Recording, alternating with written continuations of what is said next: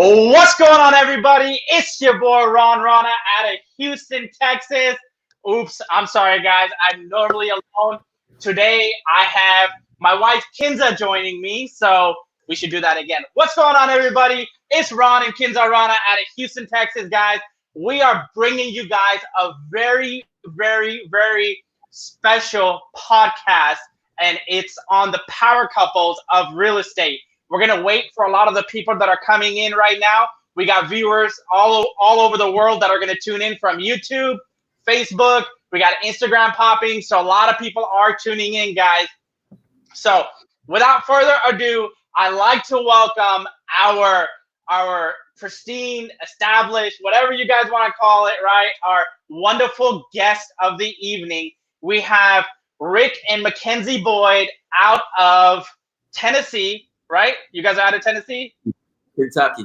Indiana, Kentucky. Sorry, guys. I completely got that wrong. So we're out of Kentucky. Over again. All right, we'll do that over. Rick and Mackenzie Boyd out of Tennessee. And then we have Jeff from Tennessee again. We might need to restart this. All right. We say where we're from. We're from Tampa, Florida. All right, Rick and Mackenzie Boyd out of Kentucky. And then we have Jeff and Belinda Henry out of sunny Florida. Right? Tampa, Florida, guys. So welcome to the Real Estate Anarchy podcast. Thank you guys so much for joining us. We're excited to have each and every one of you guys. We're still waiting for people to come in, guys. Make sure you guys are dropping your questions below. Couples, this is for you guys, right? If you thought the business was harder doing it alone, it's a blessing for so many people to have their spouses in the business with them. Right? I'm speaking from experience, and a lot of our guests today are going to speak from their personal experience, right? Right. Ever wonder if the person you're dating is going to be a good business partner, let alone a life partner? We all have those, right? Especially in this day and age where we're in the realm of Tinder and this and that. It's just hard, man. You swiping left or right. But I tell you what, once you find that person, this is going to be a fun podcast, guys. So trust me. Once you find that perfect person, life just gets easier, right? And then, like I said, we have 3 major power couples, including us, of course. We're going to be speaking on marriage and real estate. If you're single and you want to ask questions to your girlfriend and see if they're the right fit, I think we can help you out. All right. A lot of us have been married over 5 years on this podcast, and we'll go over those details. So, guys, thank you so much for joining us. Make sure you like, make sure you share, make sure you guys are subscribing. Rick and Mackenzie Boyd, thank you for being on the show once again. Jeff and Belinda Henry, thank you guys so much. So let's get the show on the road, guys. Absolutely, guys. So let me ask you, the first question will be to Jeff and Belinda Henry. How's family life? Crazy. I love how great. Like, how is family life? I don't know. I think the biggest part is being able to go to work. We had a routine where we dropped the kids off in the morning, go into the office, and then, pick them up. Everything was taken care of at that point. Now we're home trying to figure out, get them up in the morning, get them in front of the computer for their live sessions for school, start working, and having to feed them lunch and having to do homework and having to get those tough questions asked on, how do you differentiate this poem from a haiku or whatever? I don't even know this stuff anymore. Math has changed since we did math. Yeah. Absolutely. What about you? Roller coaster. Same thing. Crazy. We started out with babysitter 3 days a week, Maverick in kindergarten, and now all that is just gone. So I've got the kids basically all day. I can do my little stuff here and there, but It's difficult, but hey, it's fun. You know, when the punch comes, you take it and keep going. So it's been fun. lots of diapers. Absolutely. Yeah. When people ask us why did we get into real estate, we say diapers ain't cheap. I mean, we had to find a way. I'll tell you what, the car salesman salary, being a manager in the car dealership wasn't paying it. So Yeah. I understand how it is, guys. So let's start off with once again, I'm gonna ask Rick and Mackenzie. You know, can you tell our audience a little bit about you guys, and then we'll hand it over to Jeff and Belinda. Yeah, so funny enough, we actually met on Tinder. I'm teasing. Yeah, we met on the junior high playground. So we started dating in middle school, and after that, you know, we got out of high school, went to short stint in college, and we've just been together for I guess last week or Monday was our 13th year anniversary for being together. We've been married for going on 5 years though. So, but we've got 3 kids, 5 years old, 2 years old, and 1 year old. So we've got a fun family. Awesome. Congratulations. What about you, Jeff and Belinda? How long you guys been married? You know what's crazy? My wife just put mute and she was like, just FYI, we just missed our anniversary. I'm like, oh, snap, it was 3:31. It was March 31st, and with all the craziness going on, I just realized it passed. That's crazy. Awesome. That would have been 8 years married. I was about to say 7, but 8 years married and together since, Oh gosh. I don't know, 2009? Yeah. Yeah, 2009. Awesome. That's a How many powerful years? I time. tell you, my math is off, so I don't even know how many years that is. You're just like me, brother. Absolutely, man. We've been married for 11 now. It's going on 11 years, almost 11 years. So Yeah. absolutely, 2 boys. Life's been hectic, but hey, we wouldn't want it the any other way, as I would say it. So cool, good stuff. So let me ask you guys. The question will go to Jeff and Belinda. Why real estate? Why did you choose to get into real estate? Yeah, well, it kind of fell in our lap. It all started actually with Belinda's mom. You could tell the story. Well, we both were in IT. We were high up on the chain. I was a senior database administrator. He was a senior business analyst, making really good 6-figure incomes. And my mom comes home one day and calls me and says, "Hey, I just ordered this real estate class, and there's a 3-day seminar that I already paid for. Come with me." I said, "Sure.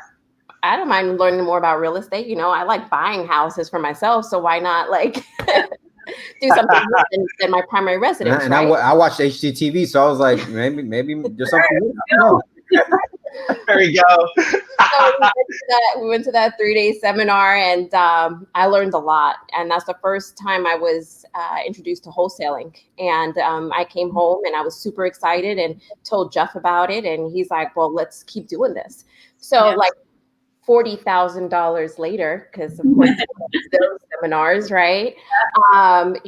We still hadn't closed a deal. My mom was not doing anything. We partnered up, but she's older, so it's a lot of work and a hustle.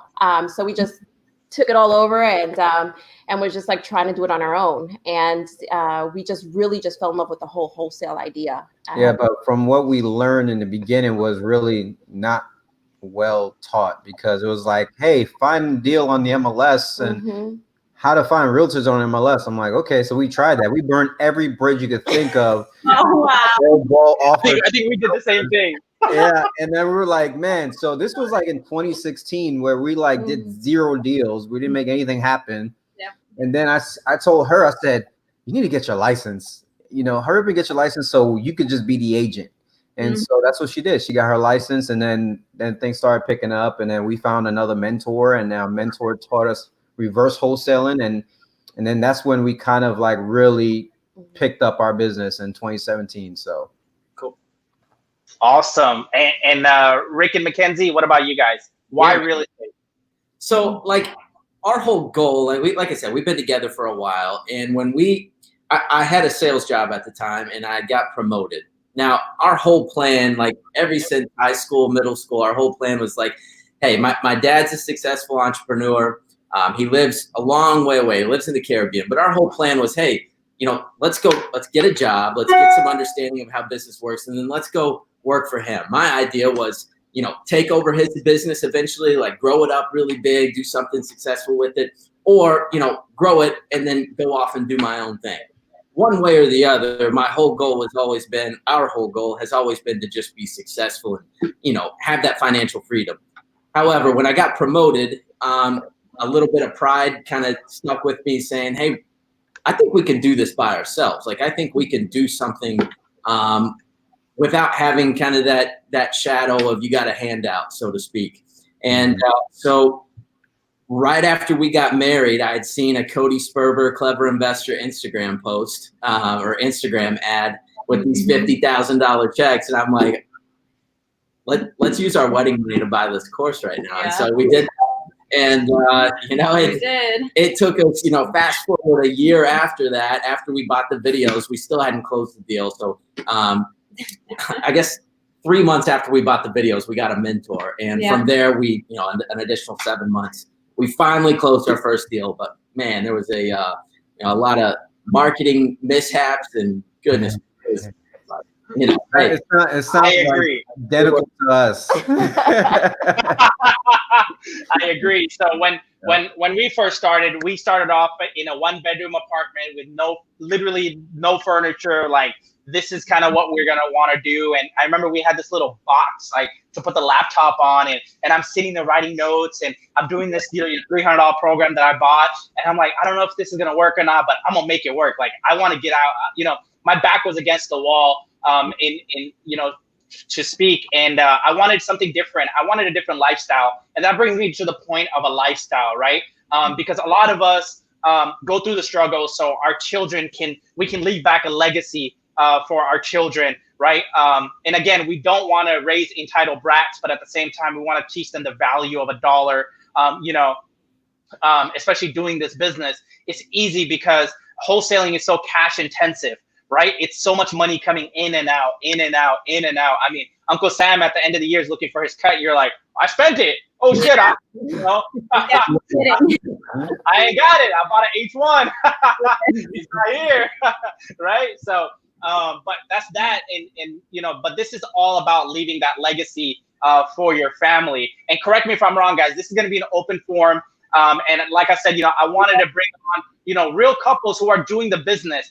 Not only doing the business, but you guys are like beasts. You are doing phenomenal. I know just this month, Jeff and Belinda did over, was it $300,000 in wholesale fees? Like, you guys are smashing figures. Jeff's like, maybe 500. I was like, it's a little bit less than that, but there we go. You guys are doing phenomenal, right? And Rick and Mackenzie, I see them out there hustling. Their market is on fire right now. But the main point is you guys did not stop, right? And to be honest, speaking for my wife and I, we can't afford to stop. I mean, we can afford to stop, but we don't want to because this is what we love to do. This is the passion, right? We're not only married to each other, we're married to the business, right? Yeah. And that's the biggest thing, I think. So, I mean, all in all, I think it takes a lot of hustle, right? A lot of sacrifice, and giving up some temporarily on your dreams, right? Going, when your wife says, hey, I want to go shopping at Louis Vuitton or Burberry, right? You can't afford it. You feel bad. Rick is looking at me like, I know what you're talking about, bro. But it's the lifestyle, guys. And I think that's what it is. People do not get into real estate to be broke. No. We just don't. Yeah. We're in here. We're making a shit ton of money. We're living a certain lifestyle, and that's what it's about. And having spousal support is just phenomenal. I can't tell you how great of a spouse I am. I mean, I'm just the best. Like they say, behind every successful man is a successful woman. But every woman, there you go. I could tell you, Ron, like you're pretty accurate on that. Actually, really accurate. Like without Belinda, I wouldn't be where I'm at right now. She actually pushed me and guided me and said, because I'm a knucklehead, bro. Like I'm a Yeah, I am too. I lose money. I'm just like whatever, you know. And she kind of put me on the right path, and she was like, "Look, babe, you have a lot of potential. You know, you could be really successful if you just put your mind to it. And you know, I'll handle all the finances and make things happen." So we realized our roles, and I was like, "Okay, I'm a visionary. I come up with a million ideas like off the top of my head." She's an implementer. So she would literally put my ideas on placeholders and like, all right, we'll jump to that in 2 years, you know, whatever. So she literally set like a path for me. And I think like she brought out a lot of that potential in me and got us to where we needed to be. Yeah. So I give all credits to her. Totally. Man, Rick, pretty quiet, man. Oh yeah, man. I remember in the beginning, so I had a full-time job, and man, it's not like I could allocate a ton of time to the business. And, you know, we had racked up tons and tons of credit card debt on bad marketing. And you got Kinza over here posting in all the Facebook groups, "Hey, I'll paint your house for cheaper than anyone else." And so I mean, she's taking one of the kids with her, going and painting like investors' rental properties and things like that, so that we could afford our marketing campaign going forward. So and training dogs and pet sitting. Oh yeah, we had random dogs that we were pet peeing sitting and pooping everywhere. Oh, it was terrible. That sounds like my kid. Yeah. Sounds like your kids. Not to digress too much, but we literally lost someone's little Yorkie, and we were driving around our neighborhood. It was blind. Yeah, blind Yorkie. Oh, that's the dog's fault. Yeah. No, it's fine. And after that, okay, no more pet sitting. We're done with this. It was the dog that broke our window. Yeah. After that. What? Oh wow, all kinds of crazy stuff. Now we know why you're wholesaling, man. You guys live an extravagant lifestyle. Jumping through windows. It's a life of pets in their house. What's going on here? Awesome. So let's move on to our next question. I wanted to ask Rick and Mackenzie, how has COVID-19 affected your business? Yeah, man. So we were actually kind of blessed. So we did a scaling mentorship, right? And right before that, we had actually scaled back from I'd say from an administration standpoint. So we had less people on our team. And then this COVID hit, and it really forced us to do more, but we were very blessed in a sense that we weren't forking out all this payroll that we were before. So, we're doing a lot more in the business than we were prior, but man, it's from a marketing standpoint, we haven't really changed much. We're still doing the same amount of marketing as we were. From a day-to-day standpoint, obviously with less people on our team, we're doing everything essentially. So plus you add the 3 kids to that. Yeah, plus you add the 3 kids. So we've been at a point right now where like, hey, with all this going on, Rana, I was telling you this yesterday, like I don't want to scale a business during this. So we're maintaining, we're still doing deals, we're doing plenty of deals, and but buyers are still buying and sellers are still selling. That's the end of the day. The margins might not be as deep, but deals are checks are checks. I'd rather make it through this making money than not. So you've also, it kind of forced you to learn how to make offers over the phone. Yeah, so we had started doing everything virtual back in January, and then when this hit, we're like, well, and now we don't have any other choice. Yeah. Yeah, we're in the same boat. So I have an actual, we've got a storefront, we've got employees. Although we were virtually getting deals under contract, even locally, we would never go and see the properties. It's a whole different ballpark. But I noticed one thing, a lot of my employees are more productive at home. So we were talking, I'm like, you don't need to have an office to have a scaled business, right? A lot of the people do preach that, which is fine. That's okay. Unless they want the $30,000 a month overhead, which I rather keep that at home for the family and for rainy days. But a lot of my employees are productive at home. Are you guys seeing any of that? Yeah, I mean, go ahead, please. Anybody? Okay. Yeah. Ours have been pretty productive, but what we started doing is we do daily huddles. We make sure we're on a Zoom call every day, so we see each other's faces. We do a 15-minute huddle. We go around the room, see what everybody's doing. What is your focus, your core focus for the day? And we have an internal Ring Central, so we use Glip, and everybody chats on there, goes on there. We see who's online, who's not online. People are encouraging everybody all day. So it's been keeping up the momentum. To be honest, when COVID first hit and people just came home, I think there was a lot more fear in a lot of people, and the deals weren't coming the first couple weeks. So we had to have a talk with our team and kind of restructure just to make sure that we kept up the positivity within our group to make sure that, hey, listen, I know it's out there. You don't have it. All your family's safe. We're safe, right? So let's keep going. Let's keep each other accountable for our deals. Also made them aware that, because they were scared. Everyone was freaked out that they were going to lose their jobs. And so we literally told them, hey guys, we're not letting go of anybody. You guys are on our team. We're going to ride this wave together. We're going to make sure everybody's happy. And I just gave one of our employees a raise, through all this, so we hired a new employee. So we hired a new employee. He just started. He got fully trained. He's being a rock star right now, strictly on commission because he knows that we're going through this situation. So that, that's great. And then we have another employee we just gave a raise to. So we want everyone to know on our team, hey, look, we're hitting this full speed ahead, and we're gonna ride this wave, and we're gonna come on top. So let's get together. And that's the kind of leadership that I want to show my team. I don't want to have that fear, because if they see fear in you, then they're gonna feel it, right? They want a leader that's gonna actually lead them, not a boss. They want a leader that's gonna help them go through the situation and come on top. So that's why we're able to still lock up deals, still get deals on the contract. I signed 2 contracts today from our acquisitions team. He's been, since we had our daily huddles and daily meetings, he's been locking up deals pretty much every week, and that's been helping us, continue doing what we need to do. Yeah, awesome.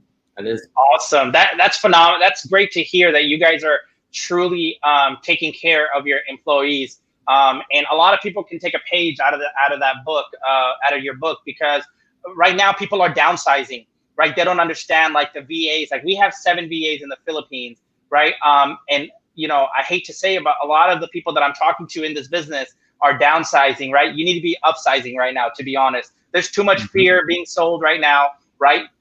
People are being sold the fear of the coronavirus. We're talking to sellers every day. I think the best thing that we've done is educate the sellers and say, hey, this is not going to go away anytime soon. You're not going to get top dollar on the MLS like you're talking about, right? And this is the reality of it. And we've been getting contracts like that, and it's been helping out. One of my manager, who's my VA manager, it was her birthday, and we bonused her. I mean, this is what it's about. You treat everyone on your staff as your family. I mean, at the end of the day, everyone has to eat. We think we have it bad here in America. Try, Nicaragua, try Philippines, try Mexico. 100%. Ron, I agree. Like, we just had our call today, and I went around the table and said, so any last questions or anything, concerns, or just talk, let's just talk. And Ivy, one of our employees, she was like, well, I'm celebrating today my 1-year anniversary with you guys. And I was like, oh snap, I suck at these anniversary stuff. I'm like, congratulations, thank you. Everybody give her a round of applause. She's been a part of it for a year. We're gonna send her a $100 gift card, and just because that's like a little gift, and $100 in the Philippines, that's pretty damn good, So like those little kind of things, like you said, keeping them as a family and keeping them part of your core, I think it speaks volumes, man. Like our Josie, who runs like our entire marketing department, man, she gets paid very well. We just gave her a raise, and she's literally, I think she just built a house in the Philippines, brand new construction, because of she's been with us for 2 years because of what we did for her. She's able to, have a nice car and do all that kind of stuff. So that's awesome. That's phenomenal. So that leads me to my next question, Jeff and Belinda. What type of marketing are you guys doing? Where have you shifted a lot of your marketing? Is it more cold callers? Is it, postcards? Is it the VAs, RVMs, text messaging? What is it that you're doing right now where our viewers can go in and just dive right in? So let's talk. Absolutely, man. We'll head over to Rick and Mackenzie. So what we're doing right now to transition to all of this, we downsized our marketing budget. We haven't increased it, but we just got more targeted. Okay, so now we're doing more targeted lists. So we're going after like some probates, we're going pre-foreclosures, but we're super targeted. We're finding out what our buyers actually really want and who are actually really buying, and putting niche lists together and really targeting those specific lists. So we already have leads generated for our buyers. So now it's just kind of like, okay, you want this? We're going to go ahead and target this, and we're going to cold call them. We're going to SMS them. We're going to hit them with direct mail pieces, but we're only hitting direct mail pieces on as far as like really, really niche. When we realize that we stack our lists and these people are on multiple lists, so we know that they're super motivated, then we'll send them like a targeted postcard. But for the most part, SMS and cold calling is like our number one strategies that we're hitting. Yeah. Wow, that's phenomenal. Rick and Mackenzie? Yeah, same exact thing. So we are 100% cold calling and SMS. We send very little direct mail. Sometimes we'll send them to probates. Deal machine. Yeah, deal machine and probates. But that it's very minimal direct mail. Nevertheless, same thing. We use stacking all that stuff, and really coming down to a very targeted list is ideal in this kind of situation that we're in. I mean, you want the most motivated sellers, and you certainly don't want to work the hardest to find them. And so when you have that, it's not the most difficult thing to do. Now, I will say something very similar. We shot out a big email to our buyers list. Are you still buying? And the response rate was great to a lot of our buyers that we knew would buy during this time regardless. And so, having known what your buyers are looking for and actually having that relationship built with those guys makes things a lot easier. So. Absolutely. I think that's a huge gem, right? We're doing the gem alert now. Everyone's got it. Everyone's like, what's going on here? So, I was like, you get me dizzy, man. It's a big thing. Asking your buyers if they're still buying, what are they buying, right? Because a lot of the buyers that we have spoken to in Houston, they've changed their strategy, and the flippers are not buying like they were.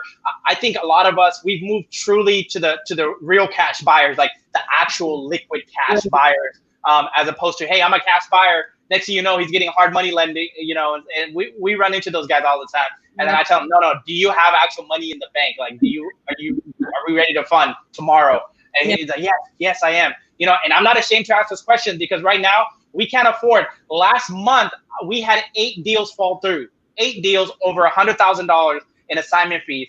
I don't know many people that can go through that, that low blow. But we keep going. If it was, a lot of people cry about the $2,000 assignment fee that they lost.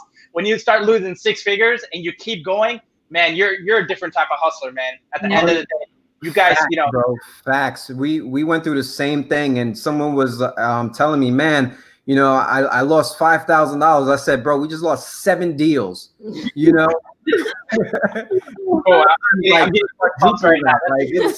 Come on, man. Like we and that's not stopping us, man. We just continue like pushing forward and like, okay, we lost a deal. How can we get 2 more deals? Let's just keep it going. We got to keep it moving, Anytime you stay stagnant, that's when like things start falling apart, man. You gotta keep going, man. And that's what we've been doing. Like, she's like, babe, what about these deals? What's going on with these deals? She's keeping me on track. So I got to keep my team on track, and we got to continue moving forward. Got to move forward. And you just got to keep yourselves updated, keep yourselves in the know. Like, we know hard money lenders aren't lending on multifamilies. So if you want to say, hey, I want to get a loan on a multifamily unit, well, good luck, because they're not doing that. They're only lending on 4 quads and underneath. Like, I keep myself in the know what the hard money people are doing, so that I know how to target buyers, as well as what I'm going to target my acquisitions to kind of get under contract, right? Yeah. We know lots are out, like lot deals. I mean, not many. I mean, even though we just sold, 4 acres, but that was like yeah, that was a 4-acre, 94K deal that we just did. So. Wow. No big deal. No big deal. But that was a little different circumstance. But most lot deals, they're gone. Like, you can't even get lot deals on the contract right now and try to sell them. It's very difficult, right? So you got to stick with the single families up to 4 units, and those are going to be your bread and butter. Don't try to go into commercial property. Don't try to go into multifamily unless you already have good niche buyers that will buy those are going to be a little bit harder to sell than your single family and anything under 4 units. Yeah. Agreed, 100%. Mackenzie, you've been pretty quiet. What are your thoughts on that? On what she said or the question? You're like totally zoned out. On the question, on the question, I guess. On the question, yes. So let me ask you, Rick and Mackenzie, how do you structure yourself as an authoritative figure when you're dealing with sellers that are going through COVID-19? When they're going through COVID-19, I mean, okay, if they're going through COVID-19, everybody's going through COVID-19. How are you structuring yourself in your team, right? Your acquisition department, or if you're doing acquisitions, how are you guys structuring yourself? What has changed? A month ago, you were not. Yeah, listen. Doing not that they actually have it. Okay. Yeah, okay. Not. Hey, man, Rick was like, I'm staying away. I got 3 kids. I'm not bringing it home. No. What I meant was everyone's going through this, right? During this pandemic, how has your acquisition strategy changed? Yeah, so acquisition hasn't changed too much. I mean, you got to stick to it. However, I think the thing that sellers don't still, I think to this day, don't fully understand is that the market has shifted a little bit. And so you have to come from a very educational standpoint. Like, listen, Mrs. Jones, I know you thought the house was worth $200,000, but right now it's worth $180, or it's worth $190. There is a drop in the market. And so I think it's having that constant conversation. It might take 2 or 3 more follow-ups with that seller than it may have taken, 60 days ago. So I think it's just giving them facts on what's going on in your current market. If you've seen any decline in say, retail values and things of that nature. So just giving them an accurate depiction of what their house is worth today, not 60 days ago, because there is a difference. Yeah. So I think just giving them that accurate detail of what today's market looks like and how we know this is what we do every day. So. Mm-hmm. Absolutely. It's very, very important right now to educate, right? And as opposed to strike fear in people, because I had a buddy of mine call me and saying he's telling people they're about to lose their houses. I'm like, dude, you're about to lose your house. You ain't gonna do no deal. I was like, no, you don't say that, man. And that's the biggest thing. So Jeff and Belinda, let's talk about your market, Tampa. How has Tampa been? And if you're in any other markets, how are you guys, how's that market treating you right now? Well, we're in 3 markets. We're in Tampa, Philadelphia, and Washington. That's how we know different markets are treating a little differently. Like land and lots in Washington have been really hard. We've been getting a lot of those deals, but it's been hard to sell. Buyers are like lowballing those lots, even if it's premium lots, they're lowballing it. So we're kind of shifting and saying no more land deals in Washington. We're just going to focus on single family, Mm-hmm. So we're just changing it as far as that. But in Tampa right now, we've been virtually on the phones since January 2019. So I want to say probably 99.9% over the phones. That 0.1% we send a runner out there. My acquisitions, we don't really go to properties. We don't see any properties. So we've already been conditioned to be buying over the phone regardless. So for us, it's just standard norm, like Rick was saying, a lot of those is educating your sellers. And that's what we've been doing, is, telling them, a lot about their property value and kind of bringing them back into reality. But our runners are prepared for this. We have runners right now that they put on full vests and all that kind of stuff when they go see properties. So hazmat suit on.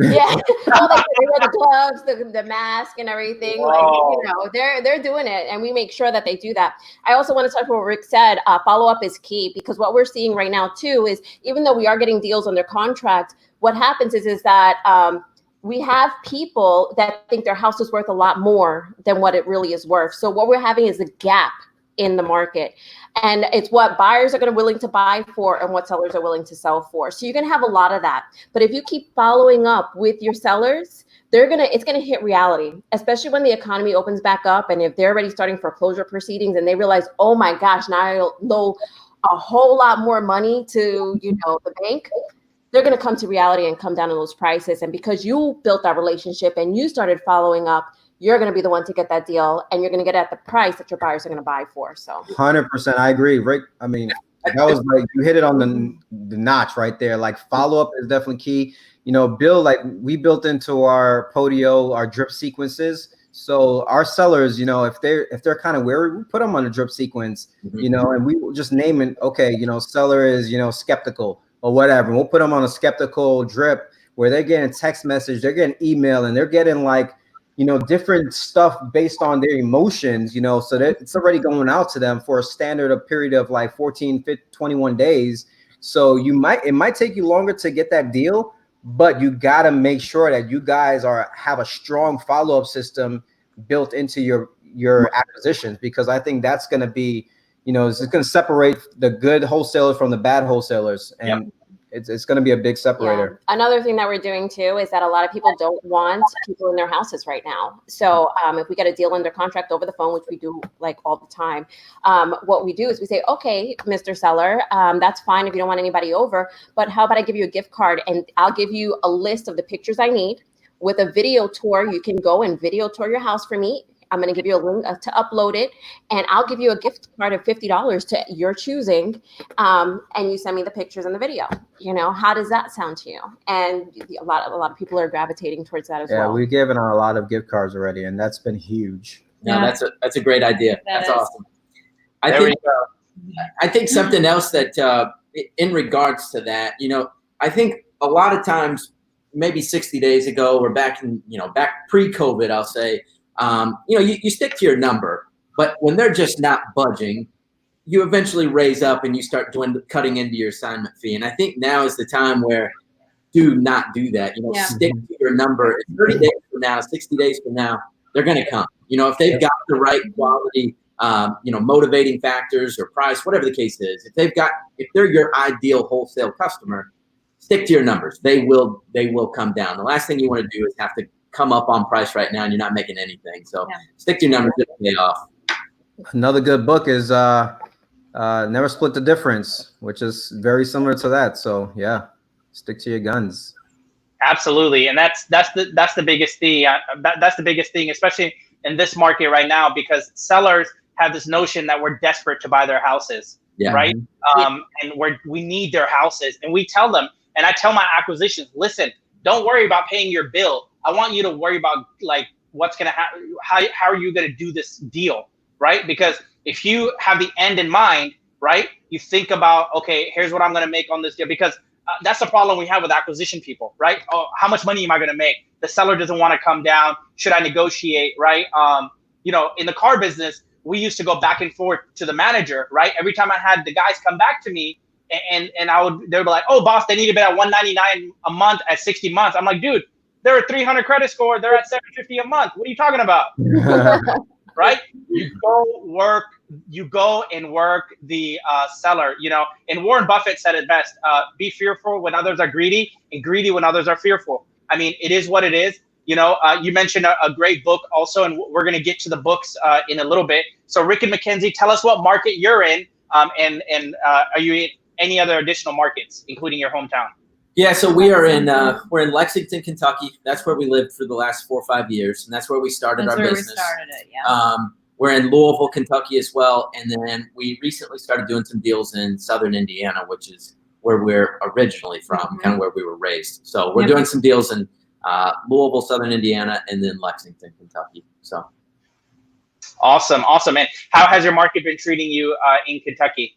Yeah, it's been great. So I think the big difference between like our markets being in the Midwest, smaller cities, you still get some big pops that come through every now and again as far as like fees go. But, prices of houses are a lot different here than say the West or down South or, on the coasts. And so it's a lot of base hits and doubles as far as assignment fees go, as opposed to the big pops. So, I think most guys here would consider a $20,000 to $30,000 deal a big deal. Like that's a big deal. Whereas, you go out West, you go down South, I just got an $80,000 deal. So it's not saying they're not out here, but it's a lot more base hits here than say most markets.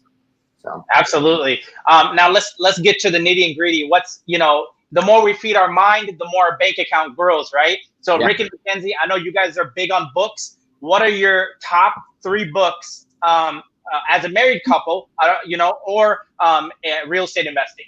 Married couple and real estate investing. Cool. I couldn't give you one on a married couple. I've never read I don't read any books of that nature. We all know you read 50 Shades of Grey.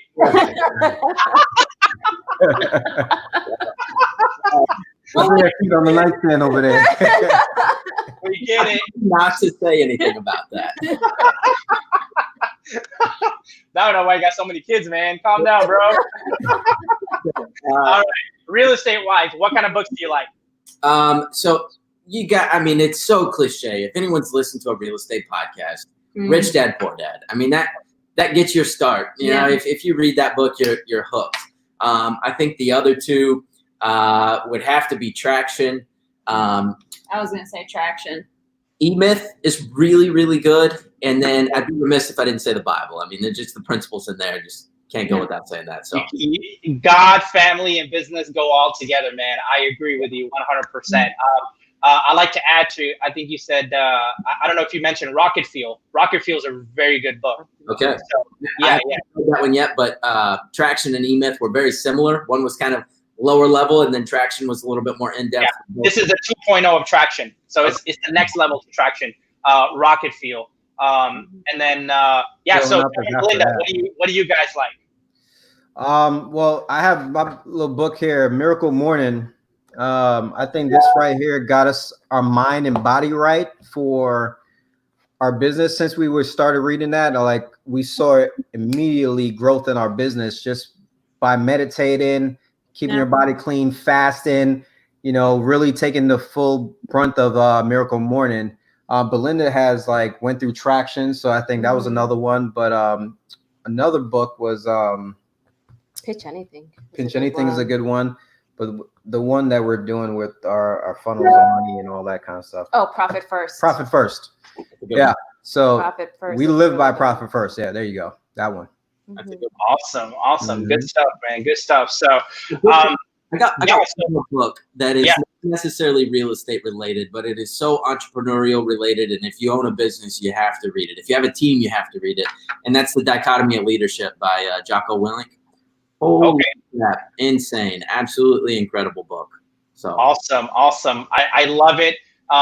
Especially when you feed your mind, like I said, man, that was the biggest thing for us. I mean, we find motivation in each other, but at the end of the day, it's good to have a book club where you and your wife are the only members in it and you're reading books together. Right. So, we're speaking from experience. So cool. Let me ask you guys, Jeff and Belinda, what's in the future of your real estate career? Why, I know why you're doing this business, right? It's the legacy, right? Your children. Now let's deep dive into your why. Why are you doing this business? What's in your future? What are your whys?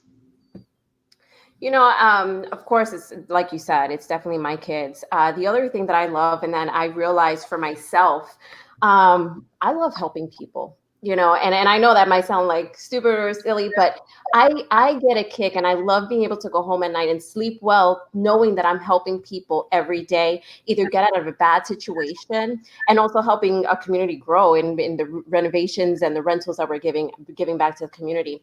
Not only do we wholesale, we also do what we call as our whole key model, where we take down these houses for our out-of-state, out-of-country investors and we renovate them. So I see it from when it's been purchased from a seller all the way to when we resell it to a buyer, and how grateful each side is to us for what we do. And I feel like that's a great way. I mean, yes, of course I'm making money in the interim, but we've sacrificed a lot in between. And I feel like that for me, it's a great why to wake up every day to do what I do. Mm-hmm. Awesome. So you touched a point right there. Sacrifice, a word, right? A trigger word. What were some of y'all's sacrifices? Talk to us about that. Because a lot of couples on this podcast right now, like I said, we want to give them the raw, how you started. We learned about that. But what is some of your sacrifices that you guys had to give up that now you enjoy? Well, I mean, I don't know if I really gave anything up per se. I gave up meat. That's a big sacrifice. Yeah. Healthy lifestyle sacrifice. But the one thing, it was very difficult going into business with your significant other, your spouse, your partner. It's very difficult going in business and actually trying to do it 50-50. You know, in the beginning, it was a struggle. We've had very, ups and downs in our marriage due to being in business together and doing this 24/7 together. I mean, not only do you get up and go to work together, you come home together, it's constant, like, together, where you have to realize, like, how to communicate, because if you don't communicate well, I mean, it is a disaster. We had to go to therapy for this thing, man. I was like, well, I don't know what to do with her. Vice versa. Absolutely. I understand. But what was cool about, therapy for anybody, I think, is you get to know each other, and we realized communication was like our biggest, thing. So you get to know about each other's love languages and things like that. And I really just want to be appreciative, I do a lot. I just want to say, hey, babe, good job. You know what I mean? Like, I'll keep going. I'm a machine, but I'll just keep going. Just gradually give me a thank you once in a while. So I think by us working together, it's hard, because if you're a new couple going into this, you're going to hit heads, especially if you're two business-minded couple, Mm-hmm. like she was business-minded, I'm business-minded, we're two entrepreneurs, and it was just like, it was very hard. Who's right or who's wrong? Yeah. And I don't like to give up control. So that was difficult. So that's a sacrifice right there, right? I guess that was a big sacrifice. Big sacrifice is giving up control. Yeah.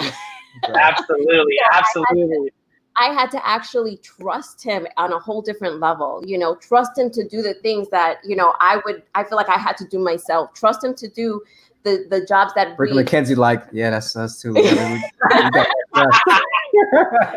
I'm telling you, trust and communication is key in going in business with your significant other. I mean, that's, I think, the sacrifice there is also just being able to do that together. It's hard. And I don't think the people realize that another big sacrifice, and it's not that we do this, we're trying to sacrifice, but it just happens because we're trying to build an empire. Is you have kids, right? Mm-hmm. And so, like, you're also sacrificing a lot of time with your kids as well, because you're trying to build, wealth, you're trying to build a legacy, you're trying to do all this. And sometimes, the kids are stuck in the rooms, and, mommy and daddy is just working, and we got to work because we got to build this empire for you. So I think, it's hard, but we have to try to see where we can fit in time to, hang out with the kids, or have a movie night, or pizza or whatever, or go outside and enjoy them as well. Because it's when you're focused on, I got to do this, you lose sight of everything else. So that is 100% true. I mean, I'm telling you, I agree with you 100%. Especially doing it, you're doing it for the kids, but sometimes they just don't understand. And that's a big hurdle, right? And you guys have children that are teenagers, who are in high school, right? Mackenzie and Rick have little ones. We got little ones. So we're going to come to you guys for advice, man. I'm going to be throwing my kid out the window like, I can't handle him, man. Like Carlton from Presidents of Bel-Air. Huge. Absolutely. So Rick and Mackenzie, I'd love to ask you both that question also. What were some of your struggles, and sacrifices doing this business together? So sacrifice would be, I've always said I'm a mom first. And so my kids always come first to me. And so I do notice that I sacrifice a lot of time with them, to get what I need to get done and all that. But also money in the beginning. We sacrificed a lot of money. I sacrificed time just by going and painting houses and, doing all that stuff. I told Ricky I will never paint a house again in my entire life. So and struggles, we really feed off each other really well. Honestly, my biggest struggle is when he wasn't working on the business 100%. So it was when he had a full-time job and, stuff, and he was gone all the time. that's really been our biggest struggle in the beginning. Now I wouldn't, other than, you know, your daily issues that you run into, we don't really struggle with each other. We communicate really well, but we've learned, you know, outside of real estate, we've learned how to do that. So yeah, we got through middle school and high school together. So all the communication and the ups and issues downs. with puberty, like all that's, we figured it out. And that we were blessed. Awesome. So I think, you know, the struggle is, like she said, we do feed off of each other, and like we need each other to be successful. Mm-hmm. And so whenever I did have the full-time job and I was doing that, plus, you know, working on the business while I was at work, the time away from, you know, she wants my time, and that is her love language. Is, you know, to your all's point, she wants quality time, and whether quality time is working together or I'll take it. Yeah, I mean, she just, so that was a huge struggle. To talk about the why too, is like, that was a huge reason for me, is like, he was gone so much that this really brought, you know, an excuse to have to be together. I don't care if he likes it as much as I do, but you know, just being able to have our family around, or our kids in the other room, or taking them on visits with us, or to closing with us, like, that was huge for me, because my dad worked a lot when I was younger, and he wasn't really there very much. So that was important for me, that, you know, he was going to be present in my life as well as our kids' life. And this has made that happen. So Awesome. I think I'm touching a lot of chords here. Mackenzie's about to cry. She's like, I remember. You know what it is that she doesn't need Rick out there, good-looking guy out there for all the women. She's like, nah, your ass is staying home. We're doing real estate. We're going to do this. Okay.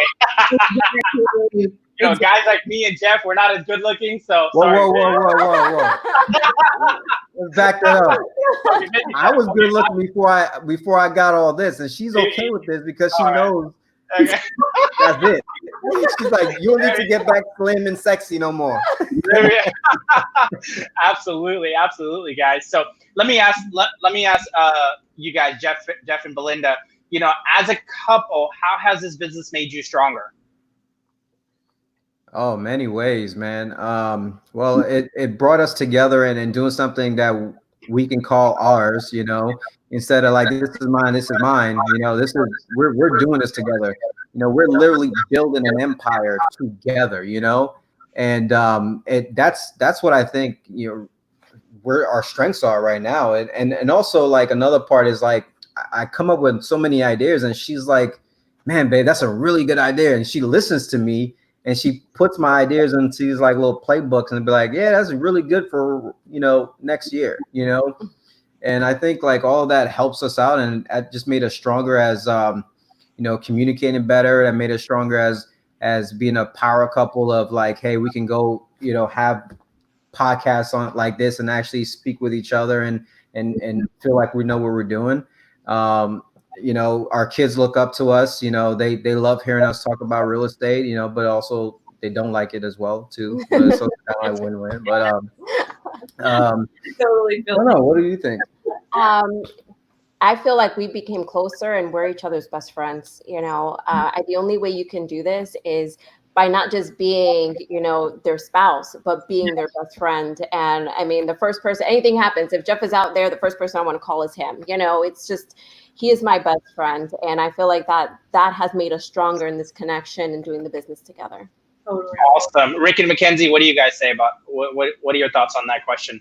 I 100% think that, you know, when you are building a business, and when you are, to Jeff, your point, building an empire, if you're not on the same page as your spouse, it's never going to happen. I mean, you have to be on the same page. Additional to that, anytime I talk about my goals to anyone else, they don't fully understand. They don't have that conversation with me every single night like she does, and we have with each other. And so, like, that is just, you can't put into words the bond that you have to have with someone, to have that conversation, to understand each other's ins and outs and what the vision for the future. I mean, you just can't put into words what that is. And so that closeness, that we know what we want, and no one else does, and we're okay with that. You know, and so that you just can't explain that. Yeah. I agree. I love it. Awesome. So let me ask you, Rick and Mackenzie, what advice would you give people who want to start this business together? Not only start it together, but stick along it, right? And stick together and doing this business. And then Jeff and Belinda, I'll ask you the same question. So Rick and Mackenzie, what advice would you give people? So I would say figure out what your strengths are and what your weaknesses are. And that's something that we do. We complement each other really well. His strengths are my weaknesses and vice versa. So figure that out and figure out what your role is, what you're going to bring to the business, what he's going to bring to the business, and then mesh it together. Yeah, I just to build on that, like in the very beginning, it was very, you know, it was a combination. We're doing everything together. Yeah. And eventually we had to come to a point to where, like, listen, this is your role, this is my role, and trust each other. There's going to be mistakes. You're going to mess up. I'm going to mess up. Be okay with it. It's going to happen, and keep moving forward. Yeah. But at the end of the day, you do what you're good at. You do what you're good at. And you shut up. You know? Like I was calling sellers in the beginning, and I am not good at that at all. And giving offers, I'm not a natural born salesperson whatsoever. I'm like, no, complete opposite. So once we got all that figured out, I was like, look, I'm not making any more phone calls because I'm ruining these deals for us. Yeah, so Kinza had a similar situation where I put her on the phones, man. I'm like, let's see what you can do, buddy. Like, I'm a car sales guy. Like, let's go. Let me, prove me right. I want married. So it was funny. I put her on the phone, and the first phone call she made, the seller said, "Go F yourself." She's like, "I'm not doing this." Like that's a compliment. Like, and then I call another seller right back, and I say, "Look, this is how you do it. Watch me." They tell me to go F myself too. Oh God. And then what she wants to do is, she's like, "Nah, let me get on the phone. You can't talk to my husband like that. Hold up. I was like, no, don't call her back. Okay. Don't right? at all. She was about to get into a fight. I was like, oh my gosh, who did I marry? What's going on? So she was about to throw hands real quick. I was like, you hear that all the time, right? I mean, I'm in the auto industry. I've heard it for 11 years of my life. It's okay. It's a compliment. It is what it is. But it's so funny because it turned around. The same seller came back and called us again. And we actually did that deal. Oh, wow. So it's follow-up, right? Follow-up. And that's what it is, guys. So I can understand what you're saying when acquisition. Now, TC role, admin, paperwork, man, that's the person right here. Like, boom, like right there. Like, let's go, right? And then she's part-time motivator. When I'm down, she's the motivator. Like get your ass up. We got bills to pay. Totally. Right? I got to go shop at Burberry. Hurry up. So, yeah, guys. So, and then Jeff and Belinda, what do you guys think as far as that question goes? Any advice? I think this is a great question, just because it's not even for, couples. That's a question for partners. If you go in business with your partner, your best friend, or whoever your partner is, you need to still to you guys' point, you need to know your roles. You need to know your weaknesses and your strengths. That's with anybody. And like we just said earlier, Traction is the best book to determine that for you, because that'll determine your roles and responsibilities, and you put it into an org chart. And that's when our business started thriving. Once we read Traction and we were like, oh shoot, I should not be doing this. You should not be doing that. We need to really figure out our roles and keep moving it forward that way. So that's with anybody. Like if you're single and you have a partner you want to go in business with, you still need to follow these same rules when it comes to knowing each other, knowing your strengths and weaknesses, and knowing your roles in your business. Awesome. It's a phenomenal answer overall, guys. We had a few questions that came in. A lot of the questions were actually answered as far as books goes, advice on people who want to, learn this business. And the biggest thing, man, what would you guys say on, what is keeping, man, that's a wonderful dog you got right there. Wow. What kind of dog is that? He's a poodle. He'll start barking if we don't pick him up. Yeah, and he ran downstairs. Him up, he'll start barking. So I was like, let me get him. Awesome. And I think that's important, especially right now in this day and age. due to COVID-19. I don't know about you guys, but in Texas, there's a lot of domestic violence cases that are going on right now because husband and wife just can't. Why are you looking at Mackenzie, Rick? They got a boxing ring. I think that was a save me, guys. I think that's what it was.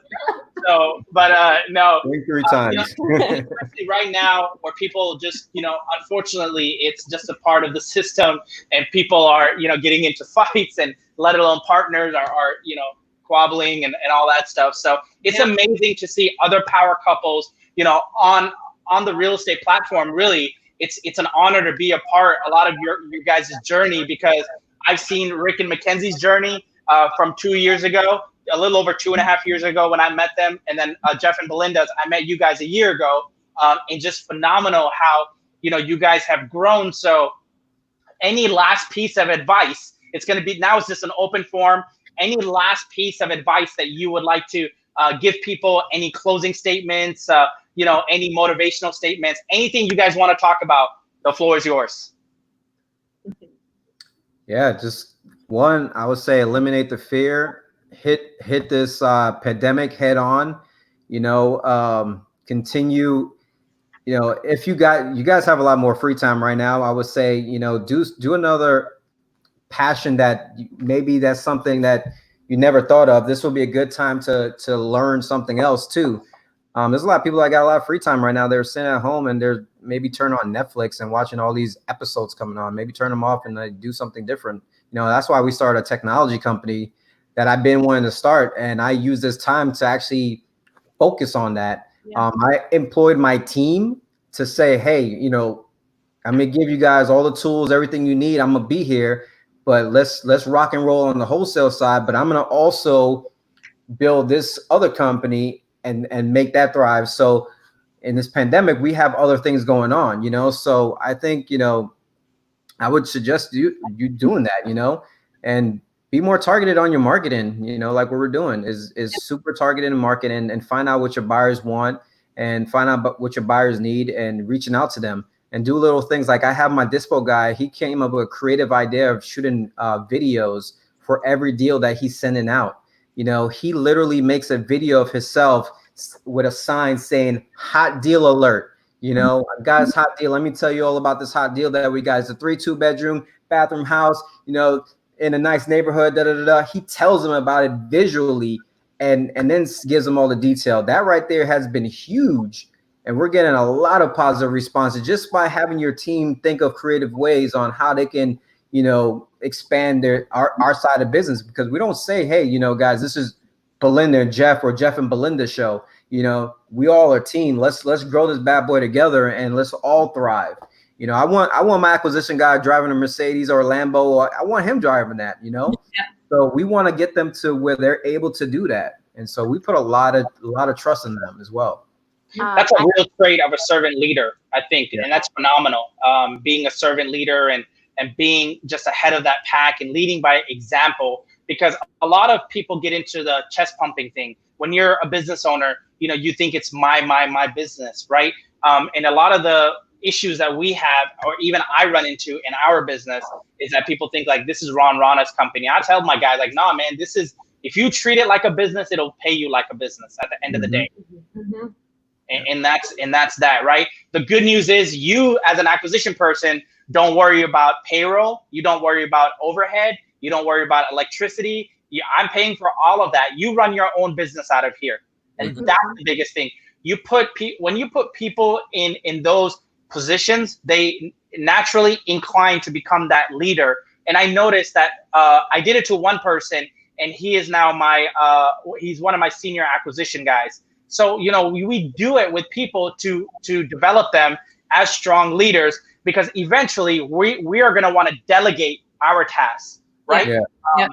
And delegation is key, especially when you're running a business, right? Either it's from household chores or to running a business or an operation. I think the key word is delegation, and that's what we want to do. When I first started in this business, I noticed that I went from a job to a job. Yeah. That was it, right? I wasn't seeing my wife. Although I was working long hours, I was at the house. It was a lot of sacrifice of time. But it's paid off, right? And I think that's where it comes down to, is having that delegation and putting people as a leader in that position and training and developing. Now, all we concentrate on training and developing. That's the only thing I care about. That's the only thing I want. My COO handles everything else. I don't want to know what's going on unless shit hits the fan. That's where I'm going to come in. But I give them that responsibility, right? And he'll tell me, oh, I thought you were going to do that. Why? Why would I do that? Like, it's not because I'm too good for it.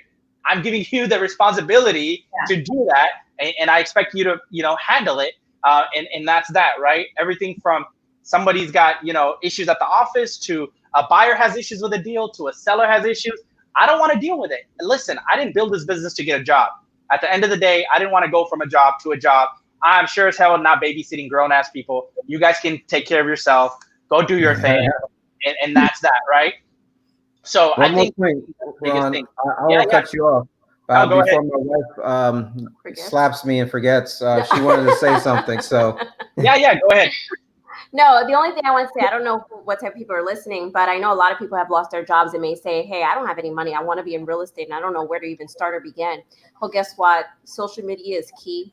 Yeah. We have people reaching out to us every day. If you have a deal or something, and if you want to, don't have that fear to not reach out. There's people out there that are doing the business, and you can bring stuff to the table. You can add value to them, anybody. Yeah. So the people you're following, we just actually had a person in Miami, and they're like, oh my gosh, we've been following you guys forever. We have a couple deals. Can you help sell them? Perfect. They brought us like 5 deals. So, you just take the time now. It doesn't cost you money to write a simple IM or in Messenger, so do that. Don't be fearful and take initiative. Yeah, Ron, to your point about your acquisitions, and I think that's a fear of a lot of acquisitions. That's why we put our acquisition on actual, pay, like he gets paid, bi-weekly, because we wanted to eliminate those fears that you talked about when they're actually talking to sellers, and they were like, man, I'm worried about this paycheck. I'm worried about this. That what happens, bro, like that starts digging into them, and then every deal feels like a desperation, and then they feel desperate on a deal, and that's going to start hurting your pockets at the end of the day. So we wanted our acquisitions to be comfortable. And we was like, hey, look, what do you need?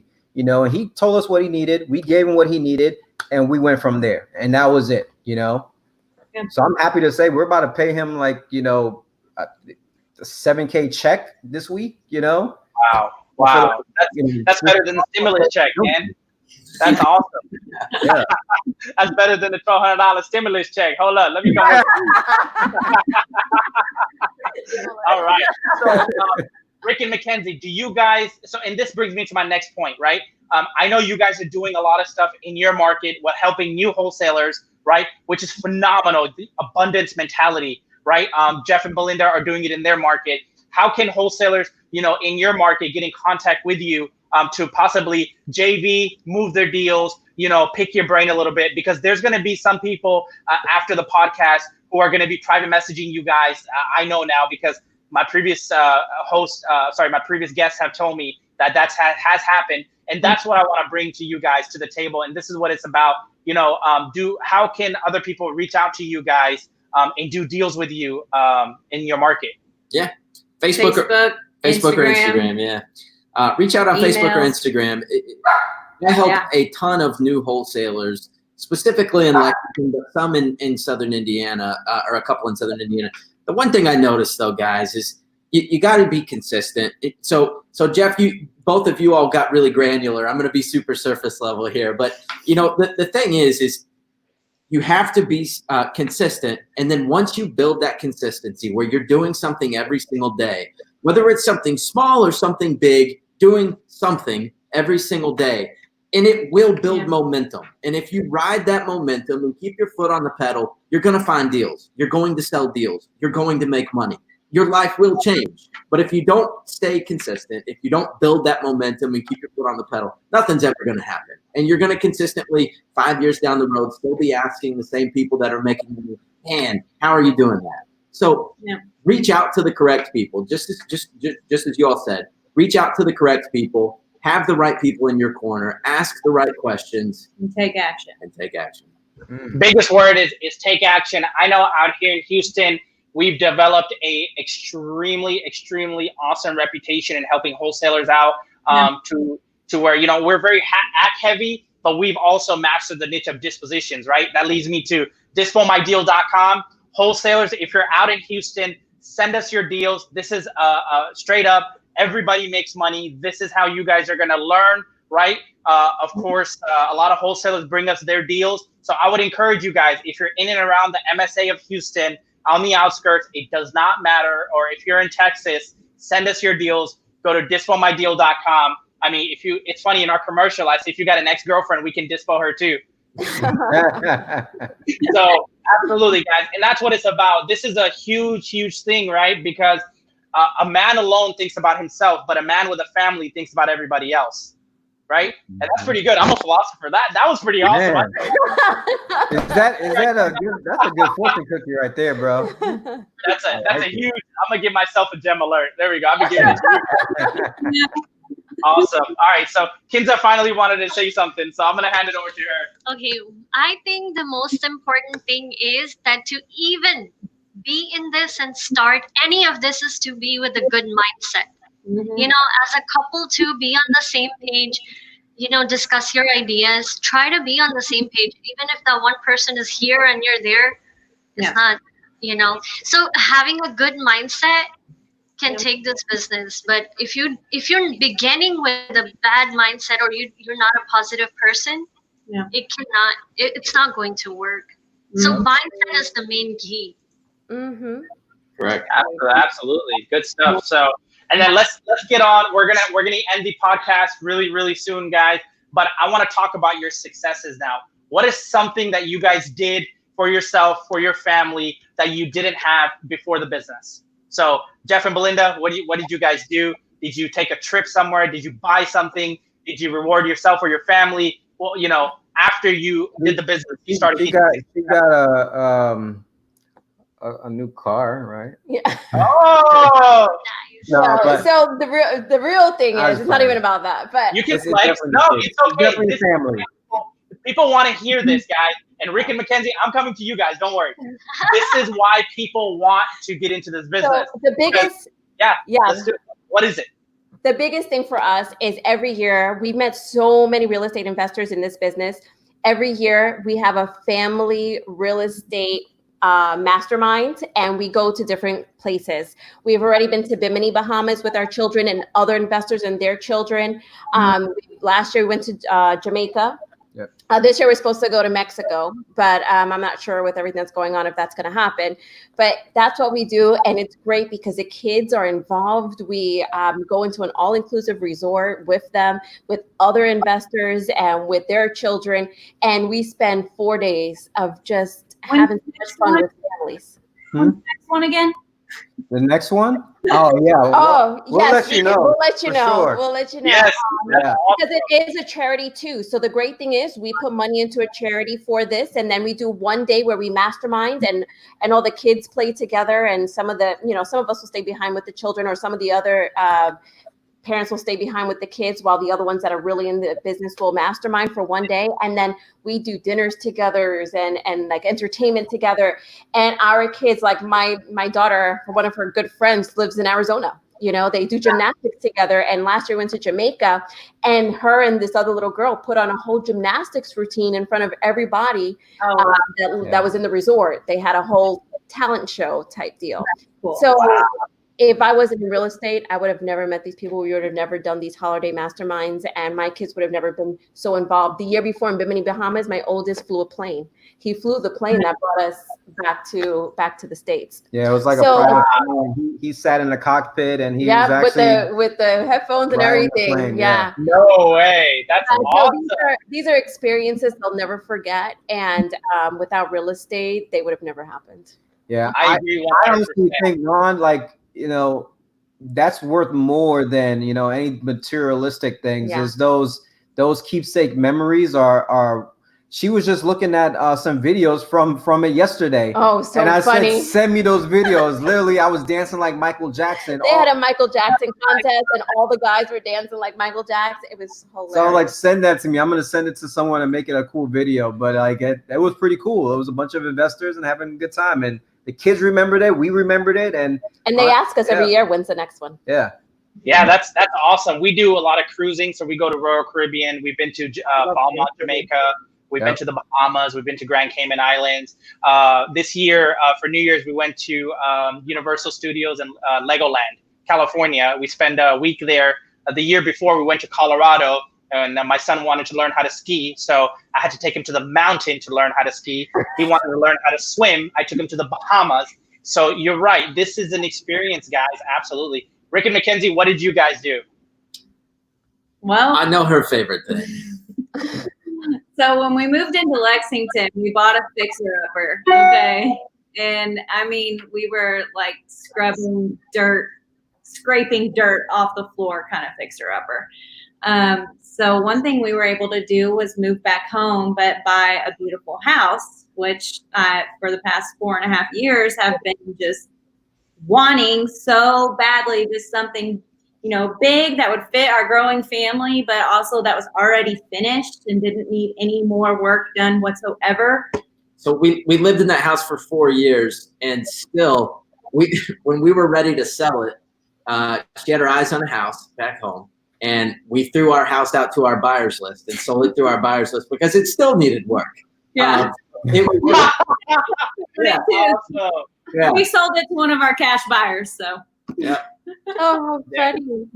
There you guys go. And I think that leads us to our thing. Our biggest thing was we wanted to buy a house. Not only just a house, we wanted a place to call home, you know, with a great school district, with the nice neighbors and all that stuff, right? I didn't grow up in such a great area. I was raised by a single mother. But one thing I promised her when I first started this business, and I'm going to share that with you guys if I can, I had promised her that I would buy her, you know, her dream house. In other words, like the house that she wanted. And we looked and looked and looked. The day that I started like looking into wholesaling was the day I started looking for a house, because I started manifesting it, right? I was going to builders. I was looking it. So flash forward 2 years, you know, 3 years, a little over 3.5 years ago, we were able to buy our dream house, which is phenomenal. Great school district, the whole 9 yards, man. I just wanted the tall ceilings, the 30-foot ceilings. That's all I wanted. Like I wanted those vibes, and I'm like, man, that's what I want. The chandeliers, and she can have whatever type of castle elevation and this and that. I don't care, like whatever, right? Yeah. But that was the promise that was made, and this is what I want to tell couples: is that you have to have goals, you have to have dreams that align with each other, and go out and you do it for each other. At the end of the day, you know, it's about the family. It's about the legacy, and it's about, you know, each other. Like I said, man, there's nothing better than spending money on an experience like Jeff and Belinda, right? Or on a house like you guys. So we can understand where you guys are coming from, which is just phenomenal, guys. So thank you both. Thank you all four in being on our podcast. We hope you really enjoyed this. Thank you so much once again. We definitely appreciate it, guys. Any last remarks? Any last comments? Yeah, I want to point out, Ron, that you said your kids want to learn swimming. You take them to Bahamas to learn swimming. Yes. I literally just get an instructor at the house. Like, that's crazy. You just take them to another country to learn. Like, yeah, my older son wanted to learn how to go on a different level, man. No.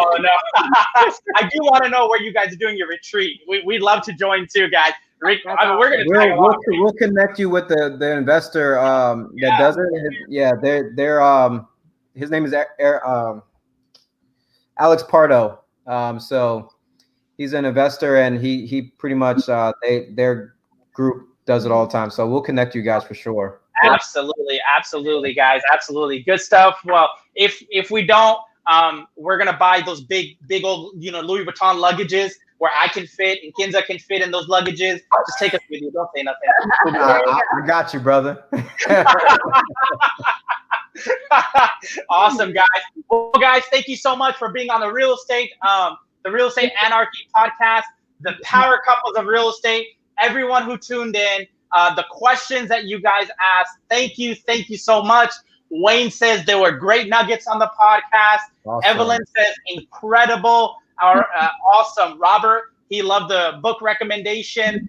So there were people looking at the podcast while driving, eating dinner. I know a lot of spouses have joined because they were messaging me on Facebook saying this is a great podcast. And this is why we want to bring it out to you guys. So once again, guys, thank you so much for being on the podcast. Make sure you like, make sure you subscribe, make sure you share this with your friends, family, spread the word. We don't charge for the podcast, guys. And thank you to our esteemed guests, Jeff and Belinda, Rick and Mackenzie. We know your time is very valuable. So thank you for sharing your knowledge with the entire, world, not only the real estate community, but the entire world. We had a little over 100 people at one time tune into the podcast. So a lot of people walked away with some great nuggets, guys. So we appreciate you guys. We see you on the next one. Rana, Kinza Rana, signing out. Jeff and Henry, Rick and Mackenzie boy. Thank you guys. Peace out. Bye, guys.